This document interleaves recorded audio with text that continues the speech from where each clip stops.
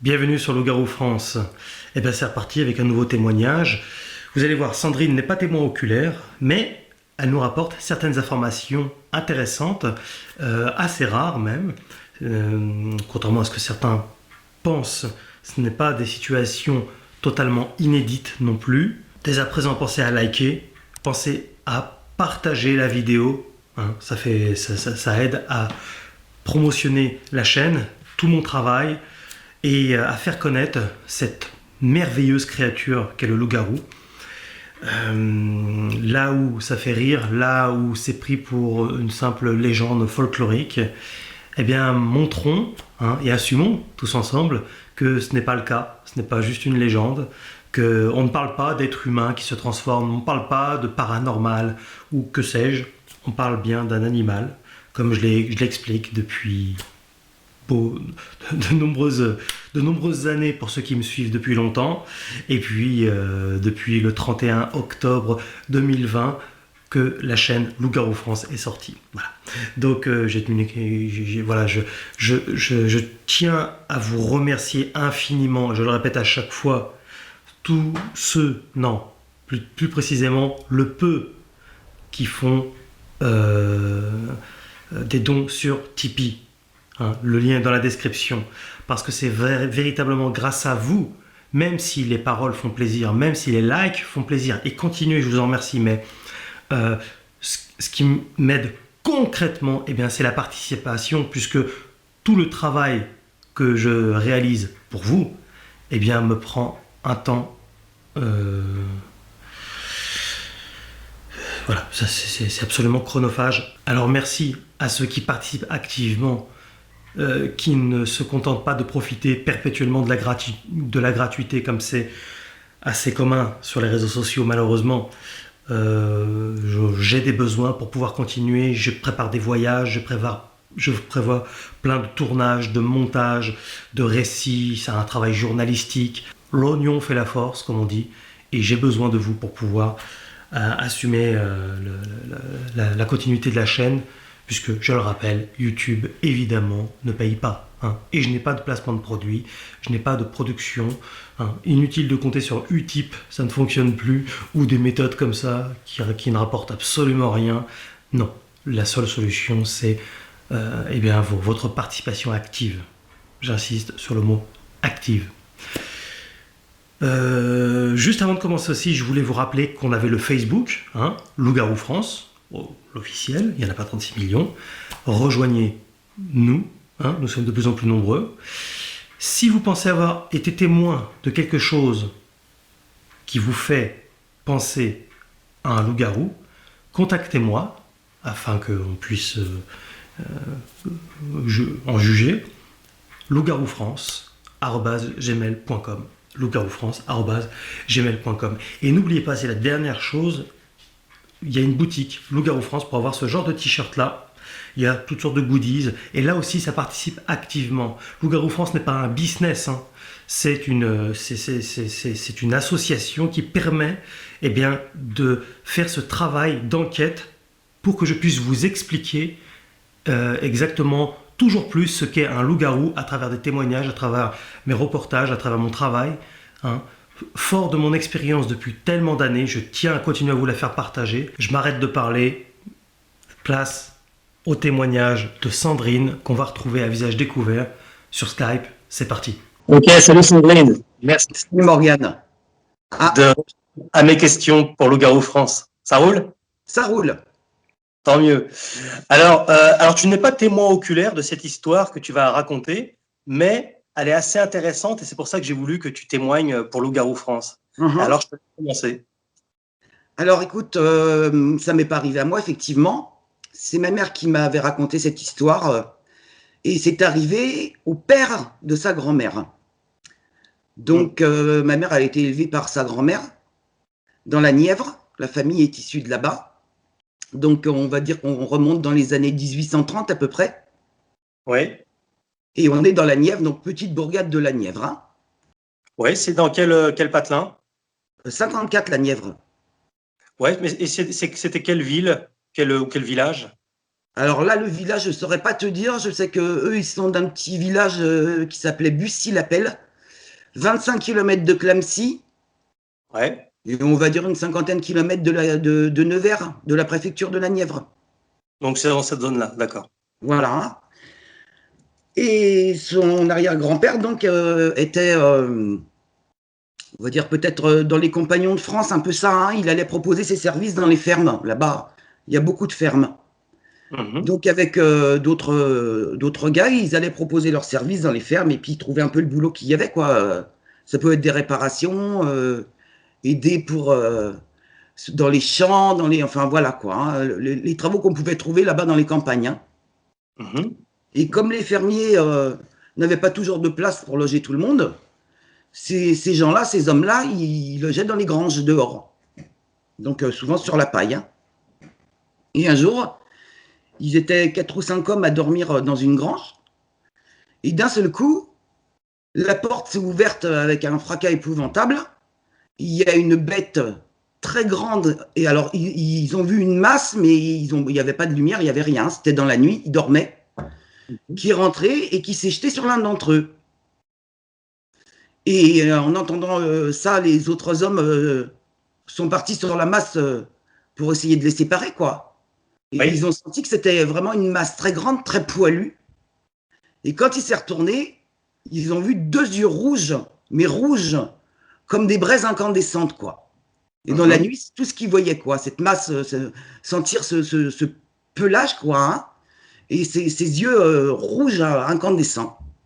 Et il lui disait, parce qu'à l'époque, ils avaient une façon de s'exprimer, il lui disait si t'es du bon Dieu, reste, et si t'es du diable, va-t'en.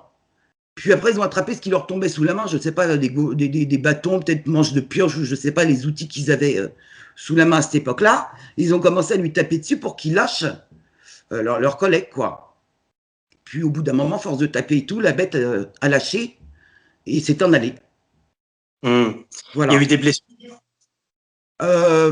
Des griffures, hein, peut-être, mais non, pas de blessures graves, hein. Pas de blessures graves. Le lendemain, ils ont retravaillé, donc. Et cette histoire-là, c'est est-ce que dans la façon dont elle t'a été racontée, tu sens que c'est quelque chose de plutôt folklorique ou de vraiment authentique?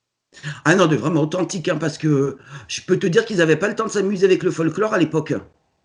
Et puis la grand-mère de ma mère, c'était une femme de la campagne qui était simple, hein. Ouais. Donc non, c'est vraiment arrivé et ça avait marqué sa grand-mère pour qu'elle lui en parle d'ailleurs. Et ma mère, c'est une histoire qu'elle a retenue toute sa vie, quoi, hein, parce que non, le grand-père, c'était pas un menteur, c'était pas des gens qui s'amusaient à raconter des folklores, quoi, pas du tout, hein. Non. Et elle t'a donc évidemment ce témoignage-là, comme j'ai pas les témoins oculaires, tout ça, Ouais. mais ça serait intéressant de savoir par exemple s'ils avaient de la nourriture avec eux, parce que c'est vrai que le loup-garou très majoritairement n'attaque pas l'humain. Ça peut arriver comme tout animal sauvage, hein, lorsqu'il a peur ou qu'il doit défendre ses petits ou lorsqu'il a très faim. Donc c'est vraiment des cas assez exceptionnels d'attaque de loup-garou. Ouais. Et peut-être que là en l'occurrence ils avaient de la bouffe avec eux. Alors, je peux te dire que non, parce que déjà, ils étaient pauvres, ils mangeaient dans les fermes. Ouais. Parce qu'ils avaient le gîte et le couvert. Le gîte, c'était la grange et le couvert, c'était chez les fermiers. Et je peux te dire que non, ils n'avaient pas de nourriture avec eux. Non. Donc, ouais, effectivement, c'était devait être un loup-garou qui avait très, très faim, alors, Ou alors, manifestement. ils sont rentrés là où il dormait, là où il s'abritait, où il se cachait, il a été surpris. Peut-être. Peut-être aussi, oui. Hommes, il s'est senti menacé, peut-être, je ne sais pas, hein. Oui. Oui, parce qu'il y a comme une idée commune qui circule depuis l'ouverture de Loup-garou France, c'est que le loup-garou n'attaque pas l'homme. Or, je me tue à expliquer que c'est déjà, faut pas résumer tout ce qu'on voit sur Loup-garou France au savoir absolu. Les gens s'imaginent qu'ils connaissent donc tout du loup-garou, alors que c'est pas vrai du tout. Évidemment, c'est pas parce qu'il y a 10 témoignages où il n'y a pas d'attaque qu'il peut pas y avoir des phénomènes, ce genre de phénomène-là quand même, quoi. Tu vois. Donc, je pense qu'il aurait pu le massacrer s'il avait voulu, hein. Donc voilà, c'est peut-être qu'il voulait le dégager, c'est peut-être, je sais pas, hein, voilà, là je pourrais pas répondre, mais c'est vrai qu'il s'est jeté dessus, oui, voilà.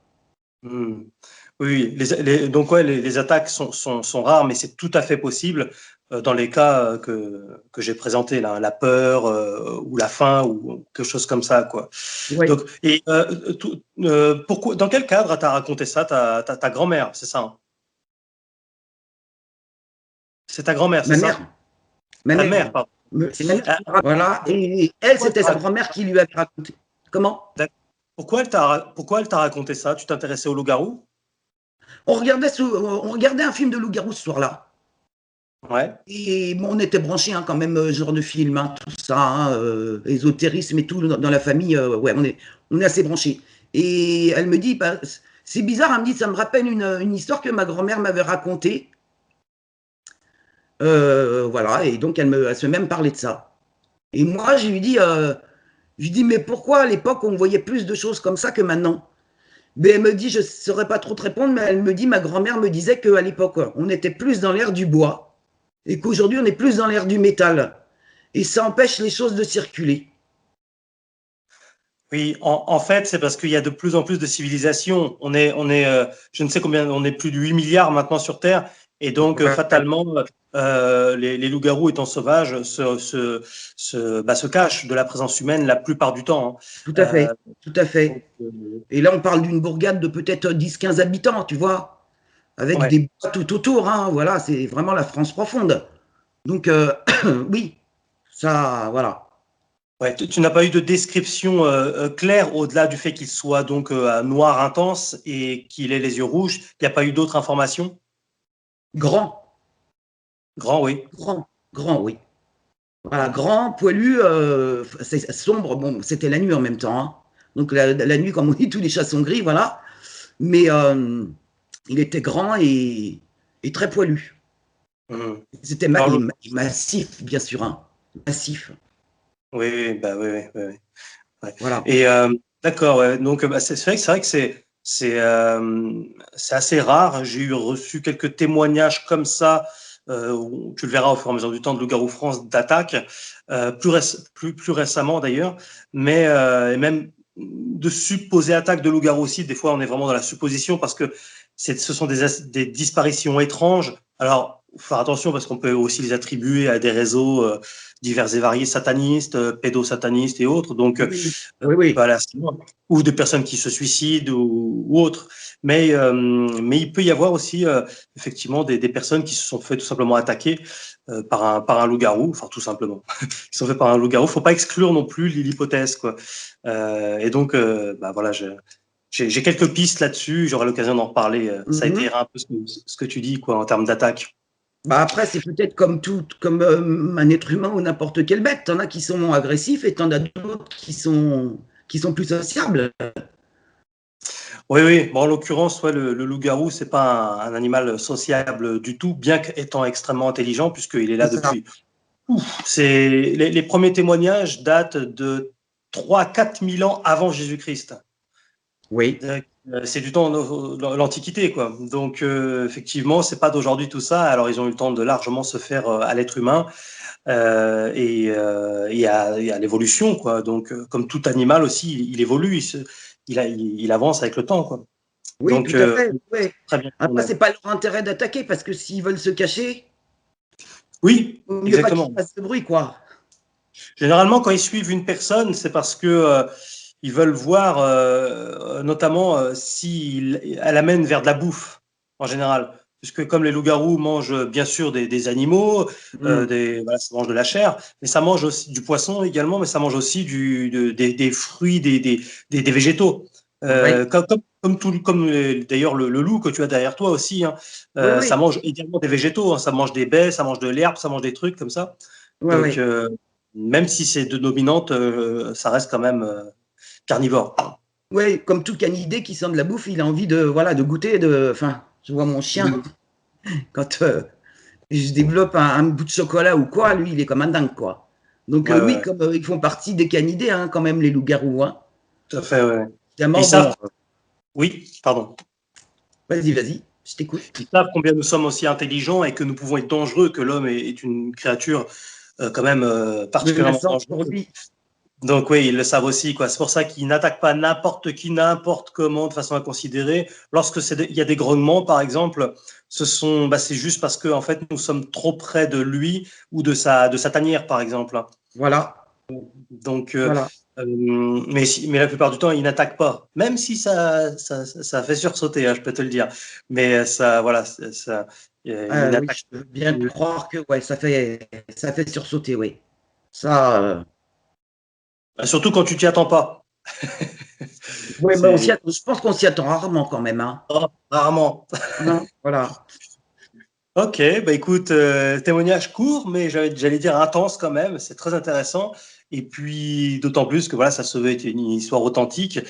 Alors, bien sûr, on peut pas remonter dans le temps pour avoir plus d'informations, mais c'est déjà pas mal. Ouais, bah, je regrette de ne pas pouvoir t'en dire plus. Voilà, mais je voulais en parler parce que voilà, ta chaîne, elle est très intéressante.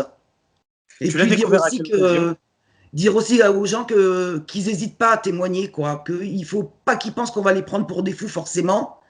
Et que, de toute façon, il y aura toujours quelqu'un pour critiquer. Ben oui.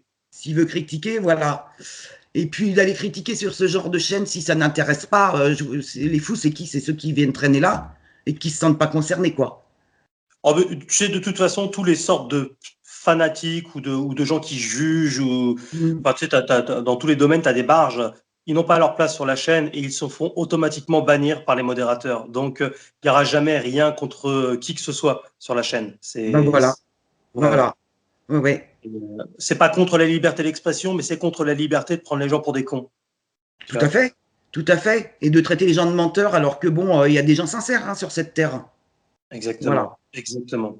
Tout à fait. Merci beaucoup, en tout cas. Bravo pour ton courage de témoigner à visage découvert, même si c'est pas toi qui as vécu la chose. Ouais, mais même si c'était moi, j'aurais témoigné à visage découvert.